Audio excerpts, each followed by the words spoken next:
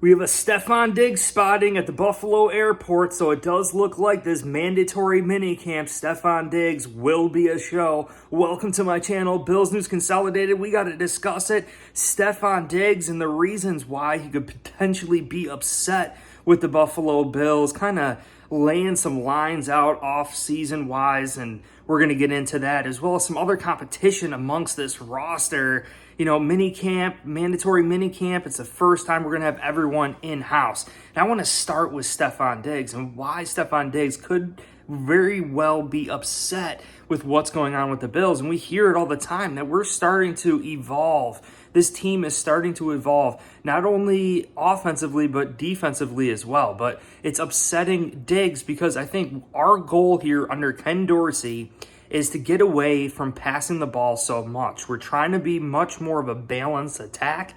You see Damian Harris, Latavius Murray, Nyheim Hines, James Cook. We're trying to run the ball. Dalton Kincaid, another weapon that's going to take away targets to Stefon Diggs. You know, 2 tight end threat.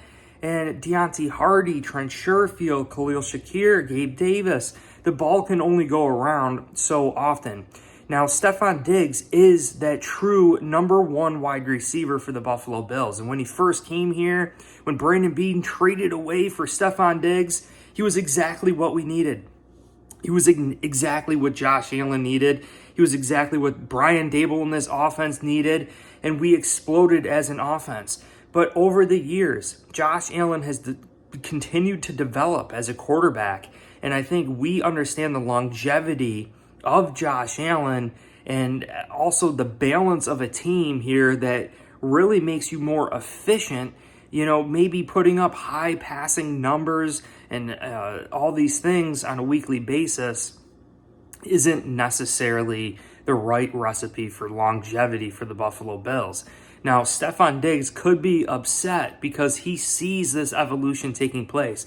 He sees that his targets might be going down. He sees that, you know, this offense is continuing to evolve.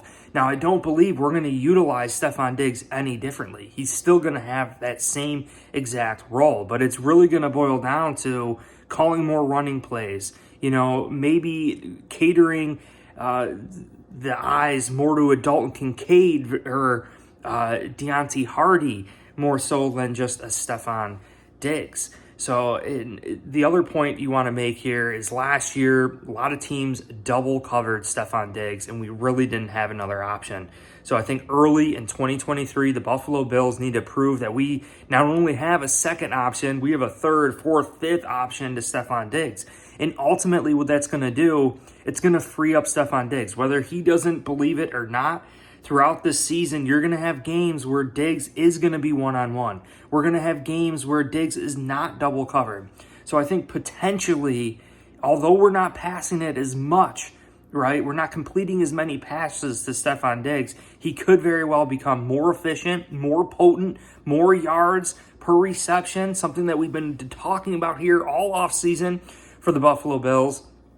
So I really believe that is kind of why Stefon Diggs might be a little bit upset with the evolution of the Buffalo Bills. First coming here when we're passing the ball like the most in the NFL, and now kind of trying to transition away from that, starting to run the ball.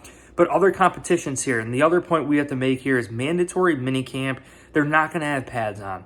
You know, football, I know a lot of it is mental. They say 90% mental, but that is a big 10% that's physical. And when you don't have the football pads on, you're missing a big element of the game. So I really think, what are the Buffalo Bills going to learn from mandatory minicamps?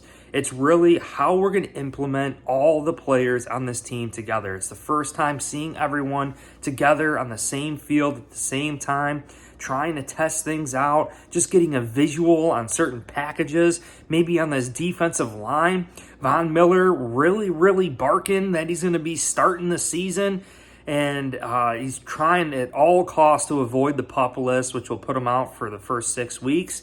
And I really think we have Leonard Floyd, Von Miller, Ed Oliver, and who knows next to Ed Oliver in a package. That's going to be a crazy pass rushing package. Probably Jordan Phillips. I'd love that. I'd love to see that package right there. And it's the first time we can kind of test things out. kind of sample things and, again, visualize how we're going to implement stuff, you know. And I really believe the biggest question mark for the Buffalo Bills really is middle linebacker. And one thing that we can learn from this middle linebacker position during mandatory minicamp is their ability to line up the defenses correctly. Yes, we're not going to see how explosive they are, how physical they are, how well they can shed blocks because they don't have pads on, but this is a big part of Sean McDermott's scheme here. The first time he's calling plays here as a head coach in Buffalo. That's how he got his name. Sean McDermott, the quarterback of his defense, needs to be sound. He needs to be firing on all cylinders, and he needs to exude Sean McDermott on a play-to-play basis. So we heard it. We heard Bob Babish, Sean McDermott, stating that this linebacker, first and foremost, needs to get our guys lined up correctly. He needs to have fluid communication to the D-line, to the back end, to Matt Milano. And who is that going to be? And I think we can learn that in mandatory minicamp, right? We can learn if Balin Spector has spent his offseason learning this playbook.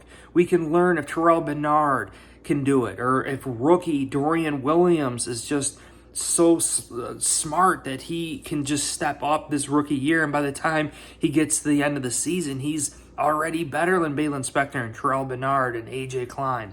So we really have to take a look at all these guys competing, you know, and, you know, we got to look at some other draft picks from last year. Kyer Elam versus Christian Benford. You know, it's going to be interesting to see. Again, no pads on, but we want to see players in our high draft picks continue to progress, not only on the field, but from a strengths and conditioning standpoint.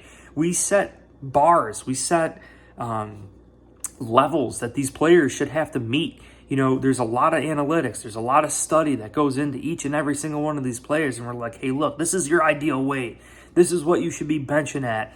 You know, all these types of things. And when you go to a mandatory minicamp, we're doing the measurables. We're seeing how hard you are working to bring a Super Bowl to the Buffalo Bills in 2023. How bad do you want it, baby? You know, after going through everything we went through last year, the Buffalo Bills, I'm sure, are well prepared, more focused than ever. This is the best team that we've ever had, the most firepower that we've ever had. NFL is sleeping on us once again. I'm so hyped up for this freaking season. Make sure you guys check the links down below in the description. If you use BNC at SeatGeek, whether it's for concerts, Bison games, whether you're anywhere in America, you could use BNC and get $20 off your tickets.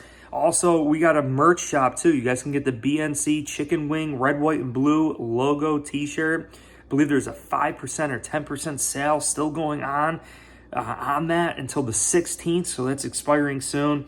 But I really appreciate every single one of you guys. I'm going to try and get some drone shots of this mandatory minicamp too as well. But if you enjoyed it, hit like, subscribe. Go Bills.